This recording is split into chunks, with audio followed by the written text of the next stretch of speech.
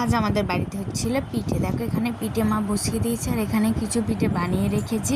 আর আমি বানাবো আজকে দুধ পুলি, তাই কিছুটা আমি চালের গুঁড়ি, এঁটেল আর এখানে নারকেল ছাইটা রেখে দিয়েছিলাম। দেখো খুব ছোট্ট ছোট্ট করে আমি দুধ পুলিগুলো বানাচ্ছি। দেখো হাতের সাহায্যে দিয়ে একটা কাঁটা চামচ দিয়ে একটু ডিজাইন মতন করে নিচ্ছি। দেখো এইভাবে আমি সমস্ত কিছু কটা যেগুলো করব সব ডিজাইনগুলো করে নিয়েছি। আর এদিকে পিঠেটা মা যেগুলো বসিয়েছিল সেগুলো সিদ্ধ হয়ে গেছে। দেখো এখানে ঢেলে দিয়েছে। তারপরে আমি একটা হাঁড়িতে দুধ আগে থাকতে বসিয়ে জাল দিতে দিয়েছিলাম।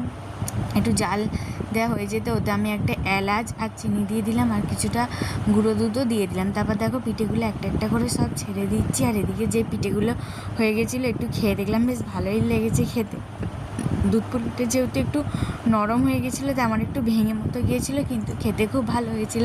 ভিডিওটা ভালো লাগলে চ্যানেলটা সাবস্ক্রাইব করে লাইক কমেন্ট শেয়ার করে টাটা।